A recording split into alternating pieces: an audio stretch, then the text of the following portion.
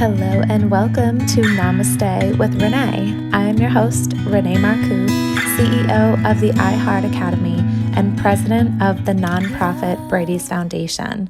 In this podcast, we talk about how to enhance your wellness and disrupt the limitation mindset so you can thrive with a healthy mind, body, and spirit. Welcome to the show. We have just gone through a beautiful full moon in Scorpio this week, as well as the eclipse. And I have done some research for you to help you navigate this shift that's going on right now with this full moon in Scorpio, as well as if you're facing anything coming up that feels heavy, that feels like old programming, it's all coming up for you to be released and to redesign what your belief systems and now your future to look like. So if this sounds like something that you are really called to tune into and listen, I have certainly gone through some really interesting shifts and changes. Super emotional weekend for me.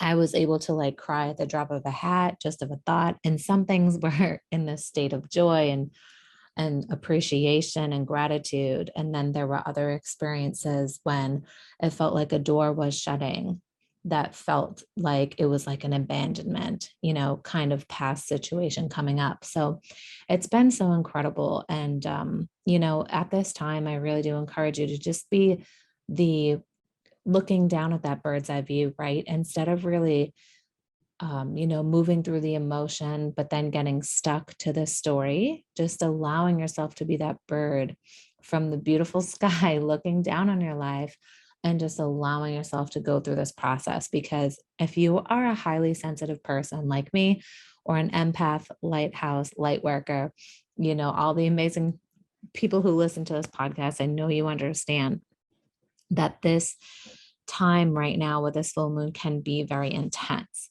So some other suggestions that astrologists that I personally trust and study have been making some suggestions that self-care is essential for Scorpio during the full moon at this time. So it has been suggested to stay away from social media.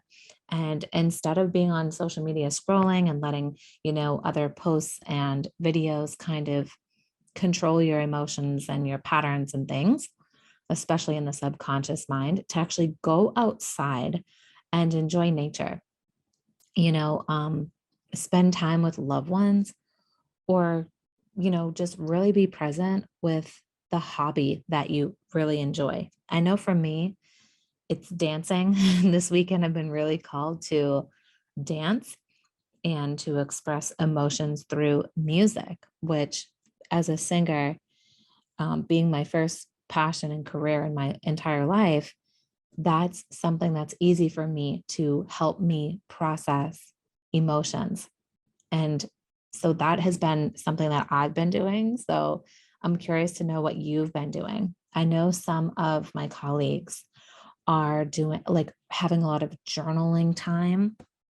They're also looking at the shadow self that's coming up and just allowing the ego depths. I know some other people are just really spending time in nature, being present and getting a lot of sleep too. That also will definitely help you during this, time in the end of the full moon, right? By the time this episode comes out, however, you might still be feeling some of that, the energy that's kind of lingering around. So remember that eclipses are about fate. They're extremely powerful lunations that unapologetically and unexpectedly align us with our destiny. So keep that faith. Even if it feels especially hard and the astrology actually is saying that it will, trust that whatever you're coming up against around this time is meant to stop you in your tracks so you can see what's been informing them and then reroute if necessary. Okay. So that's just being really easy with yourself, having that bird's eye view perspective, really allowing yourself some of your own private healing time and journaling or being in nature or doing something that adds to your joy so you can, really be able to handle this shift. Allowing yourself to cry if you're feeling that you need to. So it's really all about power. So I want you to, or I challenge you to look at what is your relationship to power? How do you wield it? Who or what are the powerful figures in your life? Are they serving you or are you serving them? And what boundaries might support these dynamics so that they may come into balance? These powerful questions are on the web from a website called Ritual Shop. And when I read that, I thought, what beautiful, powerful questions that I can share with you today that really might help you hone in on where you can be more there for yourself at this time and allow yourself the experience. So, with that being said, I wish you an amazing rest of your day. I have so many amazing, wonderful, free spirited, highly intuitive women and men coming on Namaste with Renee very soon in the next couple of weeks. So definitely be on the lookout for those episodes. And if you haven't heard the latest episodes, make sure you do so. So many of them are recorded on video, and you can watch the conversation and the co-creation if you are a person that likes to have a visual.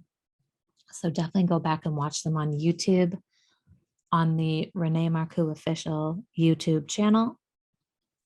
And of course, meet us over in the Facebook group. The Namaste with Renee tribe is ready to welcome you to the community. So you can find us on Facebook at Namaste, the podcast.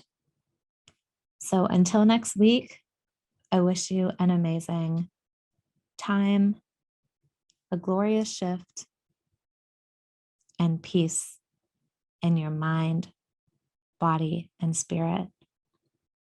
The light in me honors the light within you. Namaste.